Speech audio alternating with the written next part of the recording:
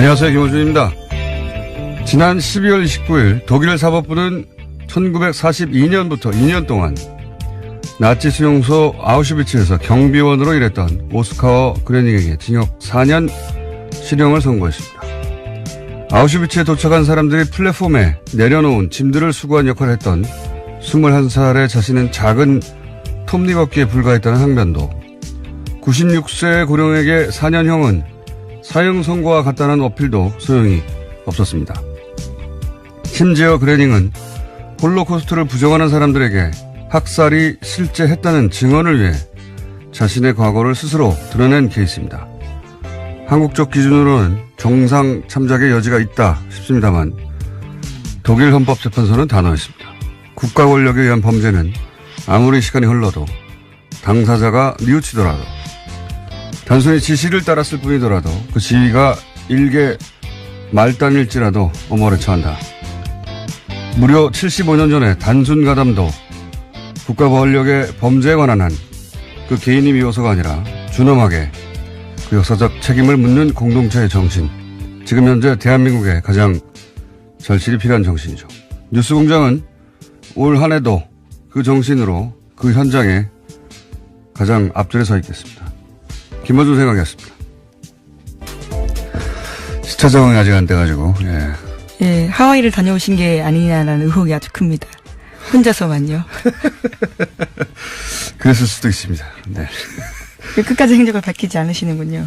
자, 지난 한 주간 이정열 전 부장판사하고 제가 그 첫 방송은 들었어요. 인터넷으로. 목소리가 아주 좋으시더라고요. 네, 인터넷에 꿀보이스라는 말들이 네. 많더라고요. 목소리가 아주 좋으시고 저희가 잠시 후 혹은 3, 4부 사이에 연결해서 수고하셨다고 인터뷰를 잠깐 해볼까 합니다. 다시는 이 자리를 노리지 말라고. 자, 오늘 1월 1일이라 오늘 출근하는데 보니까 차들이 별로 없더라고요. 네, 새해입니다. 예, 이런 날은 좀 느리게 천천히 해야 돼요. 하지만 팟캐스트로도 많이 듣는다고요. 팀장께서 이야기하시더라고요. 그래요? 예. 독일 얘기 제가 오프닝에 잠깐 했는데 굉장히 인상적인 기사였습니다. 예. 독일은 이 과거사 청산에 있어서는 정말 세계적인 모범이 될 만해요. 예. 이게 독특한 케이스인 것이 프랑스처럼 점령을 또 해가 보이네요. 당했던 국가들이 피해자니까 점령군에 부역했던 사람들을 청산하는 사례, 이건 많아요. 예. 물론 일본은 그것도 못하고 있지만, 그래서 욕을 먹고 있지만, 근데 이렇게 가해자면서 독일처럼 철저하게 자신들의 과거를 청산하고, 75년 지났는데, 4년, 96세 할아버지한테, 이제 언제 돌아가실지도 모르는데, 4년간 감옥에 가라고 한 거 아닙니까? 지금 한국에서 만약에 이런 판결이 있었다면, 너무 비인간적이라고 그랬을 텐데, 그 개인이 문제가 아니라, 그렇게 하지 않으면 또 반복된다, 이런 거거든요. 일본은 이제 그걸 못하는 거죠. 근데 그거보다 더 드문 케이스는 뭐냐면 우리나라 같은 나라예요. 우리나라. 우린 피해자잖아요, 피해자. 피해자면서 그 부역자를 청산 못했을 뿐이 아니라 청산을 못한 정도가 아니라 그 부역했던 사람들이 거꾸로 권력을 잡은 케이스. 그렇죠. 이거 진짜 세계사회에서 드문 일입니다. 그래서 그 권력을 잡았던 사람들이 독립운동을 했던 사람들을 거꾸로 탄압하고, 예. 그리고 그 자손들이 지금까지도 권력의 핵심이 있고, 이거는 세계사적으로 정말 드문 케이스예요. 우리나라에 벌어진 일이죠. 예. 저는 이제 이 뉴스를 보니까 적폐 수사 하기도 전부터 피로감부터 얘기했잖아요. 그리고 정치 보복 얘기하고, 예. 아직도 하고 있죠. 아주 참고를 하고 있죠. 올 한 해는 아마도 그 국가 권력에 의한 범죄를 이렇게 단죄를 제대로 하느냐 못하느냐 가장 중요한 전선이 거기 쳐지지 않을까 그런 생각을 해봅니다. 그 경우에 저희는 항상 앞자리에 어설프게 서 있겠다. 약간 어설프더라도 항상 그 앞자리에 서 있겠다. 예. 자, 첫 번째 뉴스는 뭡니까? 네, 그 전선의 가장 앞에 있는 질문 중에 하나입니다. 다스는 누구 겁니까? 라는 건데요. 새해에도 이 질문은 계속됩니다. 연말 연시에도 검찰은 다스 관련 인사들을 참고인으로 불러서 조사했는데요. 다스 120억 원 횡령 등 의혹 고발 사건 수사팀은 어제도 다스 회계 업무를 맡았던 실무자를 참고인 신분으로 불러서 조사했습니다. 또 30일에는 다스에서 18년 동안 운전기사로 일했던 김종백 씨가 참고인으로 검찰 조사를 받았는데요. 수사팀은 오늘도 전원 출근해서 BBK 특검 수사 기록을 검토할 예정입니다. 전원 출근해야죠. 예. 예, 작년 딱 이맘때에요. 박영수 특검 팀이 생각이 나는데 한참 또 달려서 또 1월, 2월 달에 성과를 내지 않을까 싶습니다. 올해 질문상 이런 거 없습니까? 다스는 누구 겁니까? 예, 올해 질문상 이런 거 뉴스공장에 줘야 되는데.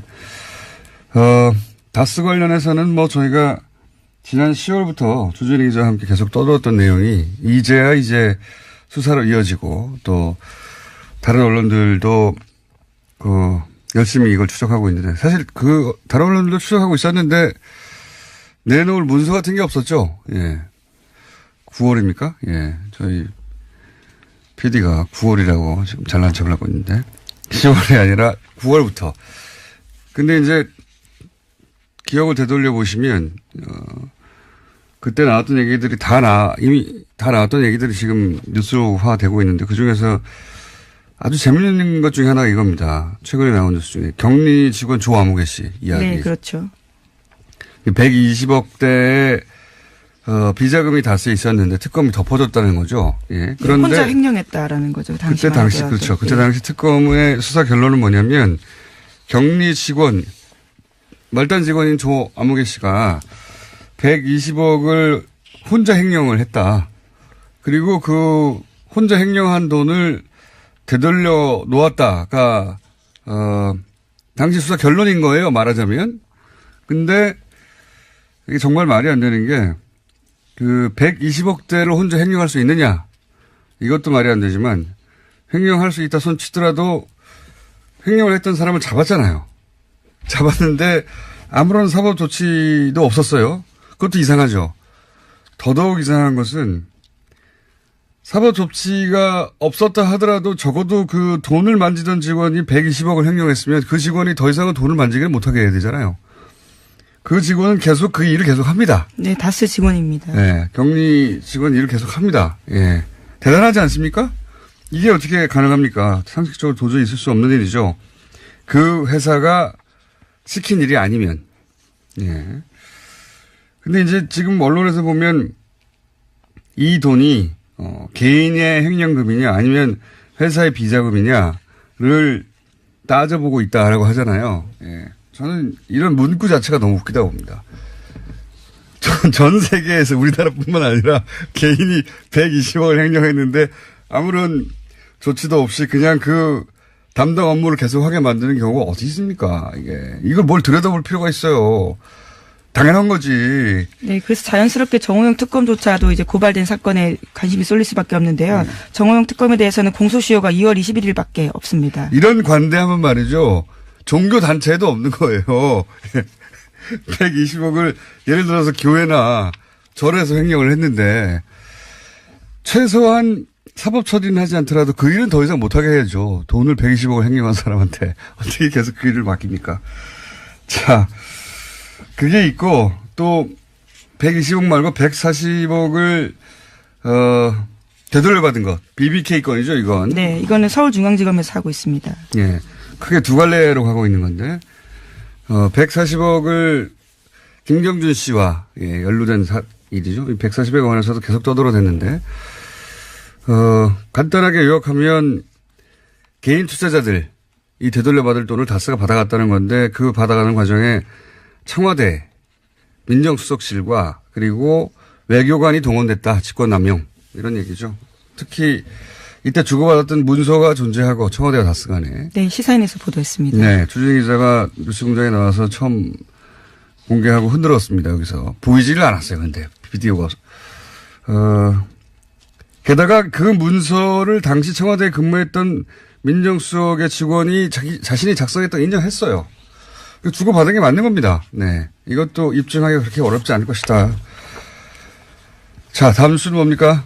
네, 계속해서 추가 폭로들도 있는데요. 이와 관련해서는 짧게 말씀드리겠습니다. 다스의 전 경리팀장에 이어서 총무차장 같은 경우에도 검찰의 비공개로 소환됐는데 다스 전 총무차장은 이명박 전 대통령의 막내딸이 다스에 위장 취업하고 해외 비자를 받아서 출국했다라는 의혹을 제기했다고 합니다. 이 사안의 의미는 뭐냐면 이제 이명박 전 대통령은 주식에 한 주도 없다고 하고 자기 회사가 아니라고 주장하는데 최대 주주인 이상은 회장은 그냥 회장으로 불리고 임명박 전 대통령 왕 회장으로 불렸다. 네, 예. 전 총무차장의 증언입니다. 왕 회장으로 불렸는데 그 딸이 그 회사에서 여러 가지 혜택을 입었다. 뭐 이런 네, 거죠. 위장 직원도 하고요. 회사 차량을 임의로 사용했다라고 합니다. 그리고 다스에 오면 현장을 물청소를 하고 난리가 났다고 하죠. 주식 하나도 없는데, 예. 회장이 왕 회장으로 주식이 하나도 없는 사람이 그렇게 불렸다. 그런 이야기입니다. 소소한 에피소드긴 한데, 예. 실소유주가 아니라면 이런 일이 있을 수 있겠는가, 뭐 이런 이야기죠. 이거 말고도 많습니다, 소소한 건. 네, 다스 관련해서는 계속해서 진술들이 나오고 있는데요. 다 이명박 전 대통령을 향하는 내용들입니다. 예, 모두가, 여기 이제 불려 나온 소환된 사람들이 모두가 한결같이 하는 이야기는 실소유주는 이명박 전 대통령이다. 다스에 근무했던 사람들의 얘기죠. 예. 그것도 이제 일개 근무한 지가 하루 이틀 혹은 일주일 열흘 된 사람들이 아니라, 예. 총무차장이라든가 10년 이상 근무했던 사람이라든가 집안의 기사였던 사람이라든가 내막을 잘 아는 사람들이 하는 얘기입니다. 지금 현재. 또 관련 뉴스가 있습니까? 네, 관련 뉴스는 계속해서 있는데요. 하나만 더 소개드리면요. 검찰이 기존 120억 원 외에도 다수의 추가 비자금이 조성된 정황을 확보하고 조사에 착수했다라고 합니다. 비자금 성격의 자금은 총 200억 원 규모라고 하는데요. 이를 100억씩 절반으로 나눠서 이명박 전 대통령과 다수의 실세들이 가져갔다라는 주장이 나왔습니다.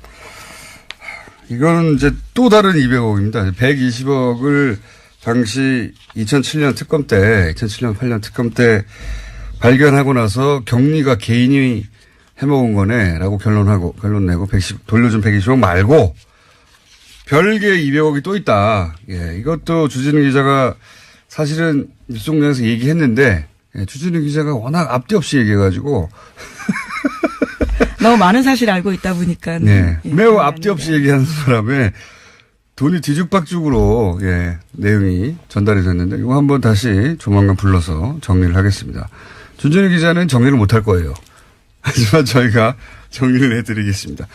추가로 200억이 또 있는데, 그 200억도 반반씩 나눠서 일부는 직원들이 쓰고 일부는 MB가 가져가고 이런 식의 이야기가 있습니다. 예, 있는데, 이 돈도 그 당시도 이미 알았는데도 덮어줬다 이거죠. 예.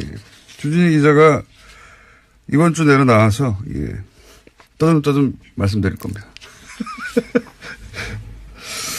자, 천천히 하자고요. 천천히. 오늘 아침 듣는 사람 많지 않습니다. 네. 다음 뉴스는 뭡니까? 네, 박근혜 정부 당시 국정원이 이명박 정부의 아랍에미리트 원전 수주에 이명 계약이 있었는지 조사했다라는 소식을 지난주에 전해드렸는데요. 당시 국정원이 이명 계약뿐만 아니라 거액의 리베이트가 있었는지도 함께 조사했다고 SBS가 보도했습니다. 검찰이 남재준 전 국정원장의 측근으로부터 압수한 엑셀 파일이 있는데요. 여기에 그러한 내용이 적혀 있다라고 합니다. 실제로 2009년에 원전 수주 직후에 원전 컨소시엄에 참여한 업체들이 원전 원장에게 200만 달러 리베이트를 건넸고 원전 원장이 이 돈을 해외에 숨겼다라는 의혹이 제기된 바 있습니다. 자유한국당이 자해를 한 것 같아요. 아무래도. 자유한국당의 애초의 프레임은 현 정부가 무리하게 이명박 전 대통령, 전 정권의 비리를 잡겠다고 하다가 UAE와 어떤 국교 단절까지 가는 그런 사태, 외교 참사가 왔다 책임져라 이런 거였거든요. 근데 이제 이 사안이 진행되면 진행될수록 새로운 게 나오고 사실은 자신들이 집권했던 시절에 비리가 자꾸 드러나는 중이에요. 그것도 박근혜 정부 당시에 국정원에 이런 지시를 했다는 거 아닙니까? 예. 네, 그래서 지시한 사실은 맞습니다. 왜냐하면 문건이 나왔기 때문에요. 네, 박근혜 정부 당시에 국정원이 이전 정권 이명박 정부 시절에 UAE 원전 리베이트 혹은 이면 계약 등에 대한 조사가 있었다. 이제 이 리베이트는 원래 이제 원전 계약에는 리베이트가 있다고 합니다. 원래 있다는 거는 그게 옳다거나 그런 의미가 아니라 원전 계약에 따른 그 뒷돈이 있긴 있답니다. 거액에 한 10% 정도 수준에 해당되는. 이 10% 정도 수준에, 그럼 만약에 20조 규모면 2조가 되는 거군요. 어마어마한 규모인데 그 리베이트를 의미하는 게 아니고 이것도 저는, 다시 수면 위로 올라올 거라고 봅니다만 그게 아니라 그 UAE 건설에 참여하는 국내 업체들 있죠. 그 업체들로부터 국정원장 당시 원세훈 국정원장이 개인적으로 리베이트를 받았다. 이겁니다. 이 리베이트는.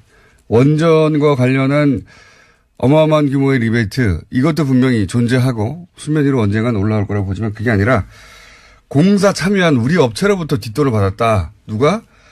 당시 이명박 정부 당시 원세훈 원장이 예. 실제 받았는지 안 받았는지 결론이 그 엑셀 파일에는 없으니까 요 사안도 저는 드러날 거라고 봅니다. 네, 관련 의혹에 대해서 검찰 수사 필요하다라는 여론도 일어나고 있습니다. 네, 그 리베이트입니다. 근데 이런 게 드러나다 보니까 이제 자유한국당이 우리가 자해를 했나 싶어서 최근에 좀 조용해졌습니다. 이외에도 UA 관련해서는 여러 갈래 이야기들이 있는데, 예. 차근차근 하죠. 오늘은 여기까지. 자, 다음 뉴스는 뭡니까?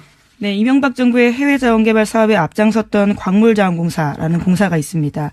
여기가 파산 위기에 놓였다라고 오늘 아침 한겨레 신문이 보도했습니다. 내년 만기인 금융비처가 7,400억 원에 달하는데요. 이것을 지불하고 또 자본 잠식에 벗어나기 위해서 1조 원 추가 지원 법안을 낸 바가 있습니다. 그런데 이것이 국회에서 부결됐습니다.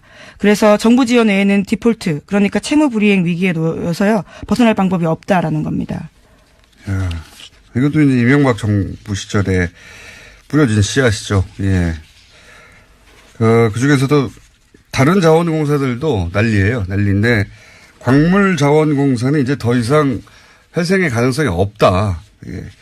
우리나라 정도 경제 규모에서 이런 공사가 망한다는 게 있을 수 없는 일이라고 몇 번 말씀드렸는데 이제 망하게 생긴 거죠. 예. 네, 지금까지 발행한 사채만 3조가 넘습니다.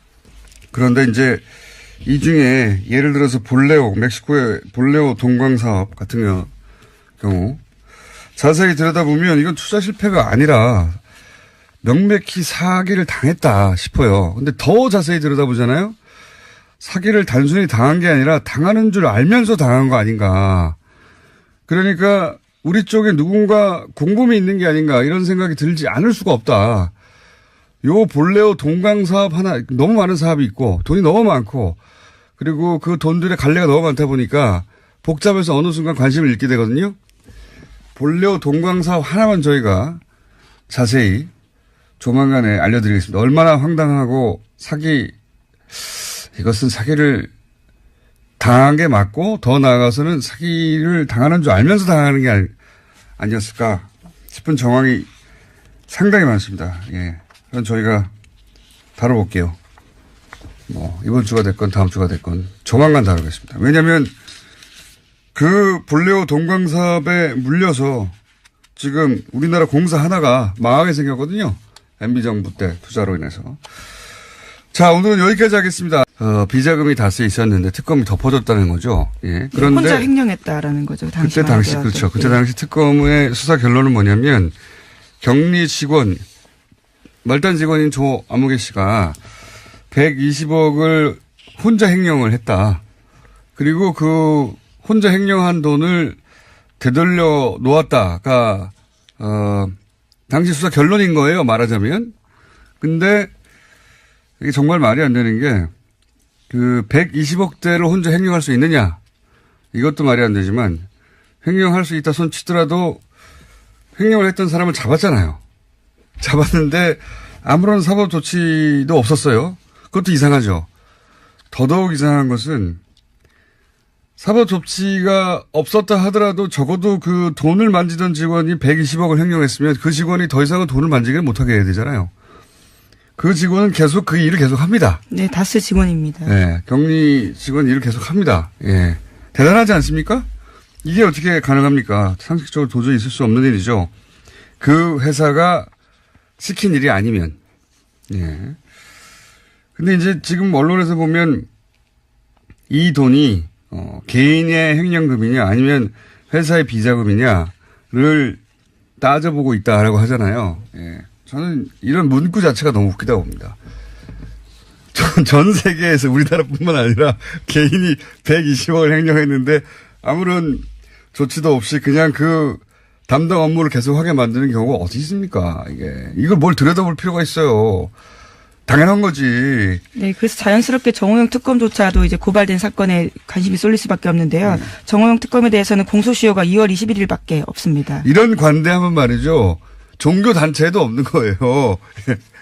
120억을 예를 들어서 교회나 절에서 횡령을 했는데 최소한 사법 처리는 하지 않더라도 그 일은 더 이상 못하게 해야죠. 돈을 120억을 횡령한 사람한테 어떻게 계속 그 일을 맡깁니까?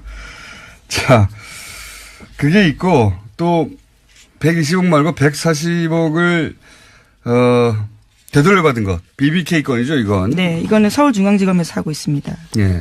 크게 두 갈래로 가고 있는 건데 140억을 김경준 씨와 연루된 일이죠. 140억에 관해서도 계속 떠들어댔는데 간단하게 요약하면 개인 투자자들이 되돌려받을 돈을 다스가 받아갔다는 건데 그 받아가는 과정에 청와대 민정수석실과 그리고 외교관이 동원됐다. 직권남용 이런 얘기죠. 특히 이때 주고받았던 문서가 존재하고 청와대와 다스 간에. 네, 시사인에서 보도했습니다. 네, 주진희 기자가 뉴스공장에 나와서 처음 공개하고 흔들었습니다. 여기서 보이지를 않았어요. 근데 비디오가. 게다가 그 문서를 당시 청와대에 근무했던 민정수석의 직원이 자신이 작성했다고 인정했어요. 주고받은 게 맞는 겁니다. 네, 이것도 입증하기가 그렇게 어렵지 않을 것이다 할 겁니다. 자, 천천히 하자고요, 천천히. 오늘 아침 듣는 사람 많지 않습니다. 네. 다음 뉴스는 뭡니까? 네, 박근혜 정부 당시 국정원이 이명박 정부의 아랍에미리트 원전 수주에 임용 계약이 있었는지 조사했다라는 소식을 지난주에 전해드렸는데요. 당시 국정원이 임용 계약뿐만 아니라 거액의 리베이트가 있었는지도 함께 조사했다고 SBS가 보도했습니다. 검찰이 남재준 전 국정원장의 측근으로부터 압수한 엑셀 파일이 있는데요. 여기에 그러한 내용이 적혀 있다라고 합니다. 실제로 2009년에 원전 수주 직후에 원전 컨소시엄에 참여한 업체들이 원전 원장에게 200만 달러 리베이트를 건넸고 원전 원장이 이 돈을 해외에 숨겼다라는 의혹이 제기된 바 있습니다. 자유한국당이 자해를 한 것 같아요. 아무래도. 자유한국당의 애초의 프레임은 현 정부가 무리하게 이명박 전 대통령, 전 정권의 비리를 잡겠다고 하다가 UAE와 어떤 국교 단절까지 가는 그런 사태, 외교 참사가 왔다 책임져라 이런 거였거든요. 근데 이제 이 사안이 진행되면 진행될수록 새로운 게 나오고 사실은 자신들이 집권했던 시절에 비리가 자꾸 드러나는 중이에요. 그것도 박근혜 정부 당시에 국정원에 이런 지시를 했다는 거 아닙니까? 예. 네, 그래서 지시한 사실은 맞습니다. 왜냐하면 문건이 나왔기 때문에요. 네, 박근혜 정부 당시에 국정원이 이전 정권 이명박 정부 시절에 UAE 원전 리베이트 혹은 이면 계약 등에 대한 조사가 있었다. 이제 이 리베이트는 원래 이제 원전 계약에는 리베이트가 있다고 합니다. 원래 있다는 거는 그게 옳다거나 그런 의미가 아니라 원전 계약에 따른 그 뒷돈이 있긴 있답니다. 거액에 한 10% 정도 수준에 해당되는 이 10% 정도 수준에 그럼 만약에 20조 규모면 2조가 되는 거군요. 어마어마한 규모인데 그 리베이트를 의미하는 게 아니고 이것도 저는 다시 수면 위로 올라올 거라고 봅니다만 그게 아니라 그 UAE 건설에 참여하는 국내 업체들 있죠. 그 업체들로부터 국정원장 당시 원세훈 국정원장이 개인적으로 리베이트를 받았다. 이겁니다. 이 리베이트는. 원전과 관련한 어마어마한 규모의 리베이트 이것도 분명히 존재하고 수면 위로 언젠간 올라올 거라고 보지만 그게 아니라 공사 참여한 우리 업체로부터 뒷돈을 받았다. 누가? 당시 이명박 정부 당시 원세훈 원장이 예. 실제 받았는지 안 받았는지 결론이 그 엑셀 파일에는 없으니까 요 사안도 저는 드러날 거라고 봅니다. 네, 관련 의혹에 대해서 검찰 수사 필요하다라는 여론도 일어나고 있습니다. 네, 그 리베이트입니다. 근데 이런 게 드러나다 보니까 이제 자유한국당이 우리가 자해를 했나 싶어서 최근에 좀 조용해졌습니다. 이외에도 UA 관련해서는 여러 갈래 이야기들이 있는데, 예. 차근차근 하죠. 오늘은 여기까지. 예. 75년 지났는데, 4년, 96세 할아버지한테 이제 언제 돌아가실지도 모르는데, 4년간 감옥에 가라고 한 거 아닙니까? 지금 한국에서 만약에 이런 판결이 있었다면, 너무 비인간적이라고 그랬을 텐데, 그 개인이 문제가 아니라, 그렇게 하지 않으면 또 반복된다. 이런 거거든요. 일본은 이제 그걸 못하는 거죠. 근데 그거보다 더 드문 케이스는 뭐냐면 우리나라 같은 나라예요. 우리나라. 우린 피해자잖아요. 피해자. 피해자면서 그 부역자를 청산 못했을 뿐이 아니라 청산을 못한 정도가 아니라 그 부역했던 사람들이 거꾸로 권력을 잡은 케이스. 그렇죠. 이거 진짜 세계사회에서 드문 일입니다. 그래서 그 권력을 잡았던 사람들이 독립운동을 했던 사람들을 거꾸로 탄압하고, 예. 그리고 그 자손들이 지금까지도 권력의 핵심이 있고, 이거는 세계사적으로 정말 드문 케이스예요. 우리나라에 벌어진 일이죠. 예. 저는 이제 이 뉴스를 보니까 적폐 수사 하기도 전부터 피로감부터 얘기했잖아요. 그리고 뭐 정치 보복 얘기하고, 예. 아직도 하고 있죠. 아주 참고를 하고 있죠. 올 한 해는 아마도 그 국가 권력에 대한 범죄를 이렇게 단죄를 제대로 하느냐 못하느냐 가장 중요한 전선이 거기 쳐지지 않을까 그런 생각을 해봅니다.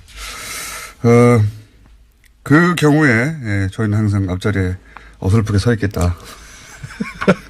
약간 어설프더라도 항상 그 앞자리에 서 있겠다. 예.